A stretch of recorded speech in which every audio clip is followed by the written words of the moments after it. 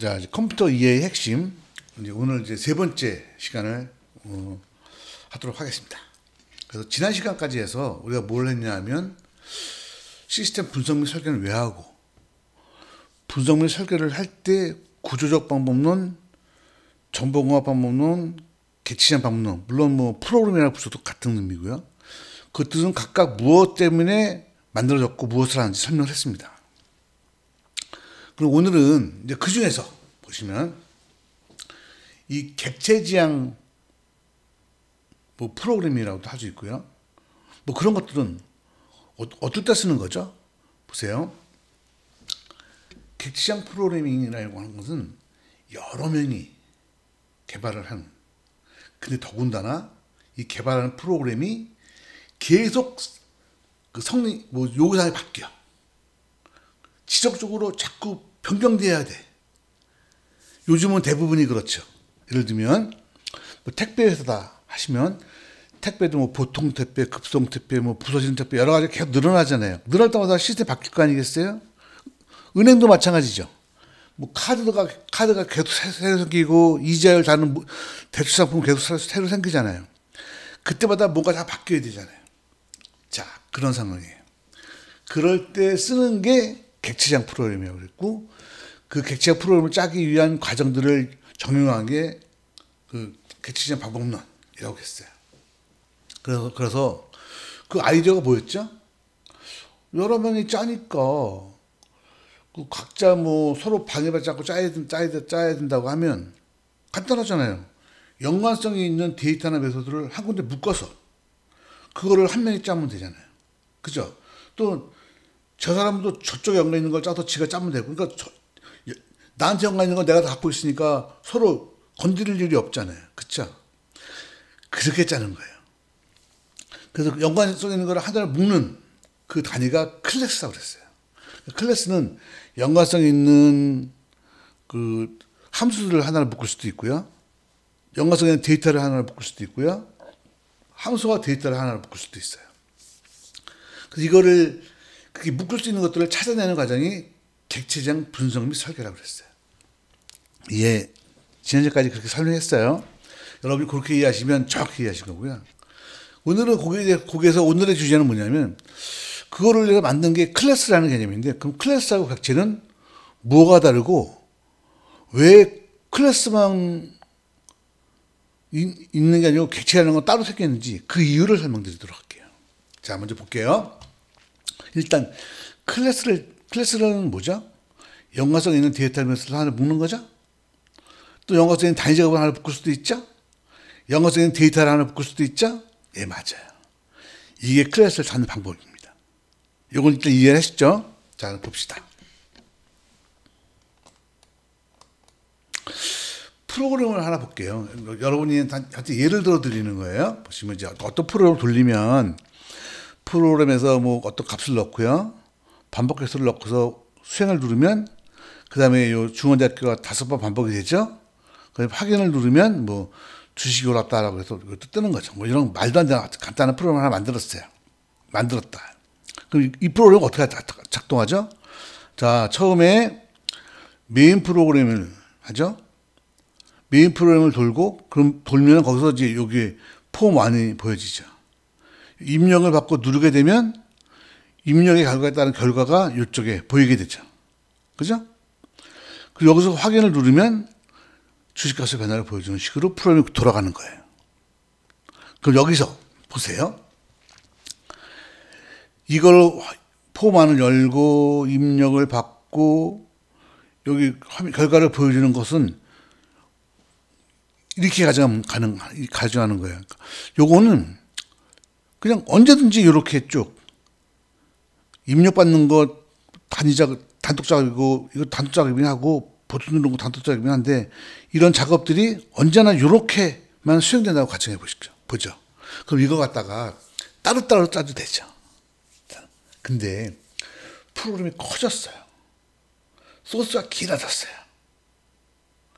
그럴 때 그러면 이걸 따로따로 짜는 것도 좋은 방법이지만, 분석해 보니까 요것들은 항상 고순도도 쭉쭉 수행되더라. 그럼 어떻게 하면 되겠어요? 그거를 굳이 따로 칠 필요 뭐 있어요? 하나로 묶어버리면 되지.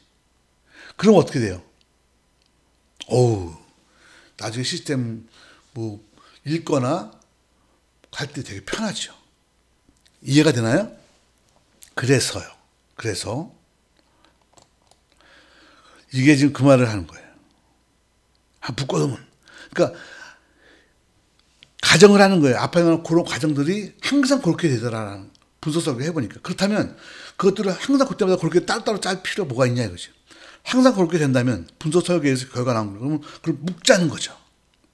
묶자는 아이디어. 묶어서 한 번에 처리해보자는 거죠. 그러면 우리가 긴 소스를 짤 때, 또 여러 명이 짤 때 조금이라도 에러를 줄이고 조금이라도 읽기가 쉬워지지 않겠어요? 그런 의미인 거죠.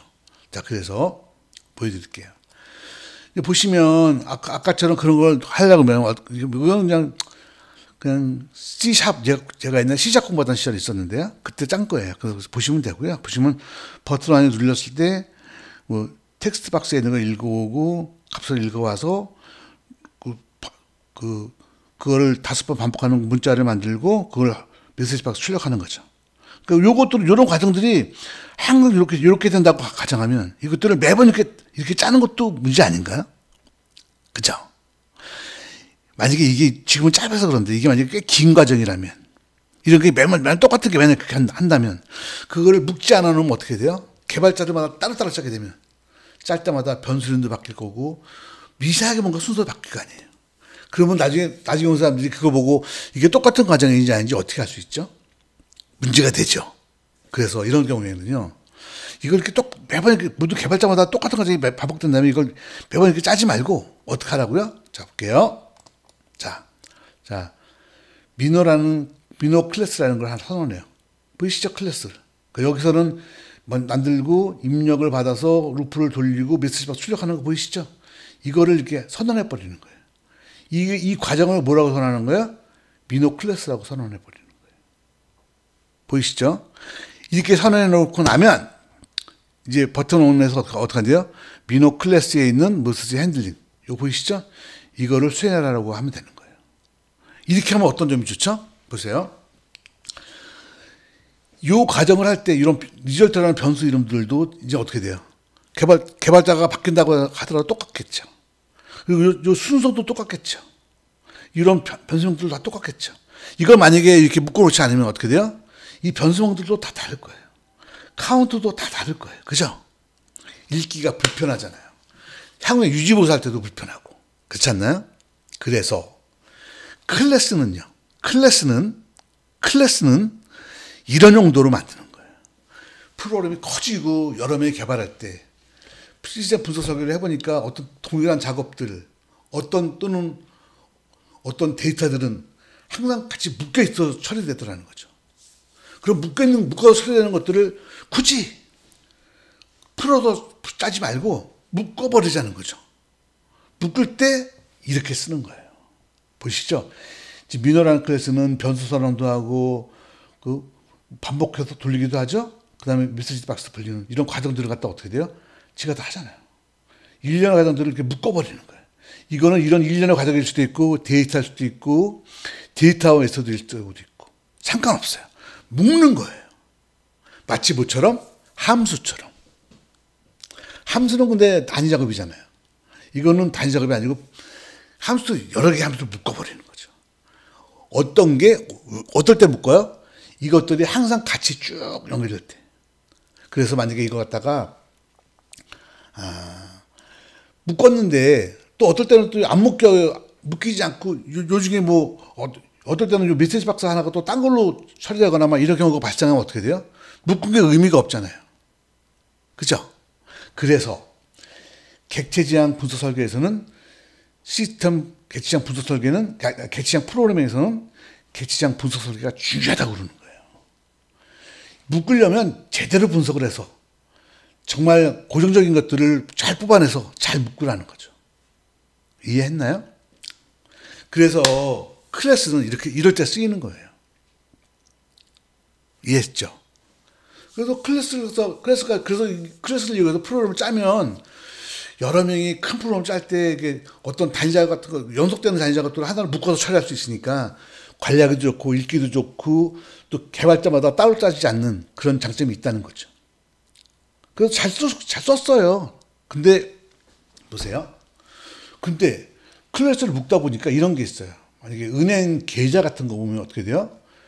잔고 있죠. 그다음에 입력하는 함수도 있고 출력하는 함수도 있고 그렇잖아요. 그죠? 그것도 어떤 게 관련 있는 은행 금액하고 입력 출력은 관련 있는 것들을 묶은 거잖아요. 그죠? 그럼 클래스죠. 근데 재밌는 건 보세요. 여기 있는 거랑 다르게 그 은행 계좌 클래스는 어떤 특징이 있죠? 그 클래스가 있는데 그 클래스가 조민호 계좌일 수도 있고 김지영 계좌일 수도 있고 뭐 김말동 계좌일 수도 있고 조현희 계좌일 수도 있는 거, 조현영 계좌일 수도 있는 거죠. 그러니까 봐보세요. 클래스를 묶었는데 클래스 안에 값들이 달라지는 것들이 있어요. 지금 여기서 보이는 민호 클래스는 그런 건 아니죠. 이거 일련의 절차를 묶어놓은 거고요. 어떤 것들은 값들이 달라지는 것들이 있어요. 그럼 값들이 달라질 때마다 그 클래스를 매번 선언하면 어떻게 돼요? 그것도 문제가 되겠지. 그쵸? 만약에 국민은행에서, 만약에 예를 들면, 대충 국민은행에 계좌가 한 1억 개쯤 있지 않을까요? 뭐, 가정이고요. 그럼 1억 개가 다 모양이 똑같죠? 잔고 있고, 입력, 입금, 출금 있고. 똑같은데, 이게 값만 달라. 그럼 그때마다 이 클래스를, 연관성 있는 데이터 메소드라고 클래스를 이렇게 묶으면 어떻게 돼요? 클래스를 이렇게 선언해야 되는 문제가 되지 않나요? 살벌하죠. 그래서 사람들이 고민한 거예요. 아, 이건 이제 클래스 잡고는 안 되겠네. 그래서 만들어내는 개념이 뭐예요? 객체예요. 그래서 어떻게 하냐면, 객체 개념 보이시죠? 객체는 그래서 만들어진 거예요. 그래서 어떻게 해죠? 보세요. 저기 보는 것처럼 민호 클래스 밑에다가 민호 클래스를 가지는 객체 1, 2, 3, 4를 쫙 만드는 거예요. 뭐 이렇게면 어떻게 돼? 배열로 만들면 되죠. 민호 클래스 한 다음에 배열 하고서 이렇게 하면 되는 거죠. 그렇게 처리하면 되죠. 어쨌든 그렇게 만드는 거예요. 자, 그렇게 되면 우리가 그럼 클래스는 뭐예요? 묶는 거예요. 묶는 건데 클래스 중에 특별한 게 있어요. 계좌 같은 거. 단위 작업들을 묶는 거는 그럴 필요가 없는데 계좌 같은 것들은 각 데이터가 달라지면 또 다른 클래스잖아요. 그죠? 그런 건 어떻게 처리할까? 그래서 생각한 게 객체예요. 이해하셨죠? 그래서 보시게 되면 객체란 클래스가 다른 값을 가지는 클래스들을 지칭하는 거예요. 그럼 객체는 어떻게 만들면 되느냐? 이렇게 만들어요. 민호 클래스형을 가지는 객체 민호 클래스 1 이렇게. 보이시죠? 이렇게 만드는 거예요. 자, 그럼 볼까요? 뭐 잘 이해됐죠? 그래서 이 객체란 그럼 우리끼리 어떻게 정의하면 되죠? 객체는 클래스가 묶는 개념이고요. 왜? 큰 프로그램에서 어떤 단위 작업들을 묶어주는 개념. 그 중에서 데이터 값만 바뀌는 묶음이 있어요. 계좌번호 같은 거. 그런 것들을 처리할 때 그런 계좌가 1억 개가 있으면 1억 개를 클래스 선언하기 어려우니까 그거 갖다가 이제 그 객체로 선언해가지고 처리하면 되죠. 그렇지만 자 보세요. 이렇게 민호 클래스하고 민호 클래스 1 이렇게 선언하잖아요. 이렇게 하면 결국은 뭐냐면 컴파일하고 나면 민호 클래스 1이라는 클래스가 또 만들어지는 거예요. 이거는 뭐예요? 객체란 결국 그럼 뭐예요? 묶는 건데 누가 편하려고? 개발자가 편하려고 하는 거예요. 이해하셨죠? 그래서 여러분은 오늘 뭐를 배우셨냐면요. 클래스와 객체의 차이를 배운 거예요. 클래스는 묶는 개념이고요. 객체는 클래스 중에서 특수한 클래스가 있어요. 값만 바뀌는 클래스가 있다니까요. 그런 클래스를 처리하기 위해서 만들어진 별도의 개념인 거죠. 그러니까 클래스와 객체가 항상 같이 있는 거 아니에요. 클래스가 먼저 있는 거고요. 그거 말고 객체라는 개념은 따로 또 있는 거예요. 이해하셨죠? 그래서 값만 바뀌는 것들을 묶는다. 그걸 객체라고 표현할 수 있고요. 그래서 여러분이 자바스크립트 같은 거 그런 언어에 보면요. 오히려 거기 클래스가 없고 객체만 있으니까 묶어주는 것만 있어요. 묶어주는 것만 있는 경우도 있어요. 이해하셨죠? 그래서 오늘 여러분 그리고 마지막으로 여러분이 알고 계시겠지만 그러면 우리가 왜 클래스 지향 프로그램이라고 안 하고 객체 지향 프로그램이라고 하죠? 보세요. 자, 클래스에는 데이터가 들어가나요? 앞에 있는 클래스 데이터 있었나요? 없었죠. 객체지향은 볼게요. 여기서 보면 민호 클래스가 있고 민호 클래스 완점이 있어요. 데이터는 어디에 있죠? 여기 객체에 있죠. 민호 클래스는 뭐죠? 형태만 지정해 주는 거죠. 여기 그렇죠. 그렇다면 클래스가 중요해요? 객체가 중요해요? 당연히 객체가 중요하죠. 그래서 객체지향 프로그램이라고 이름을 붙인 거예요. 자, 오늘 그러면 여기까지 해서 오늘 여러분들은 아무도 설명해 주지 않았지만 어느 책에도 없는 거지만 클래스가 무엇이 언제 쓰이는 거고 객체가 언제 쓰이는지를 설명드렸어요. 그죠? 그래서 어떤 경우에는 클래스만 쓸 수도 있어요. 어떤 경우에는 클래스형을 가지는 객체를 선언해서 객체를 쓰는 경우가 있는 거예요. 그 차이를 아시겠죠? 예, 오늘 설명한 거는 이거를 설명하려고 했던 거고요. 여러분들께서 만약에 그래서 앞에 있는 예제를 그대로 해서 한번 보면 어떻게 되는 거죠? 볼까요? 앞에 있는 예제로 보면 클래스에서 민호 클래스 선언하죠. 이렇게 클래스 선언했어요. 그럼 이거 갖고는 어떻게 해요? 객체를 선언해야죠. 그 다음에 객체에 속하는 이렇게 하도록 이렇게 짜게 될 거예요. 그죠? 근데 이거 같은 경우에는 굳이 내가 객체를 선언할 필요가 없죠. 아니, 이게 선언해서 에러는 나지 않는데 객체를 선언할 이유가 없는 게요. 이 안에 뭐 민호 클래스가 아니라 민호 클래스2가 다른 게 없잖아요. 이건 얘는 절차만 묶은 거니까. 그죠? 이거는 일부러 이렇게 할 때라고 보여주려고 예를 든 거고요. 이런 클래스만 이렇게 된 경우에는 굳이 객체를 선언할 이유가 없는 거죠. 클래스 써도 되는 거죠. 그렇죠? 그리고 계좌번호 같은 거 그런 것들은 어떻게 돼요? 객체를 선언해 써야죠. 근데 실제로 보면 우리 업무를 개발할 때 보면 객체를 선언해 쓰는 경우가 거의 대부분 되게 많죠. 이해하셨죠? 예를 들면 택배 같은 거다. 그럼 택배를 붙인다 그러면 어떻게 돼요? 택배라는 클래스 안에는 뭐 예를 들면 요금, 뭐 보내는 데이터, 뭐 보내는 날짜, 받는 날짜 이런 데이터가 들어갈 거 아니에요. 그것들이 하나 있는데 그게 어떻게 돼요? 택배가 무지하게 많죠. 그죠? 그럼 어떻게 해야 돼요? 그때마다 클래스 선언할 수 없잖아요. 그럼 클래스 하나 선언하고 어떻게 돼요? 객체를 파생시켜서 처리를 해버리는 거죠. 이거는 프로그래머를 위한 배려입니다. 배려. 이해하셨나요? 예, 그럼 오늘은 여기까지 하고요. 오늘 그래서 클래스가 뭐고 객체가 뭐고 그 둘은 어떻게 차이가 나고 언제 쓰이는지에 대해서 설명했습니다.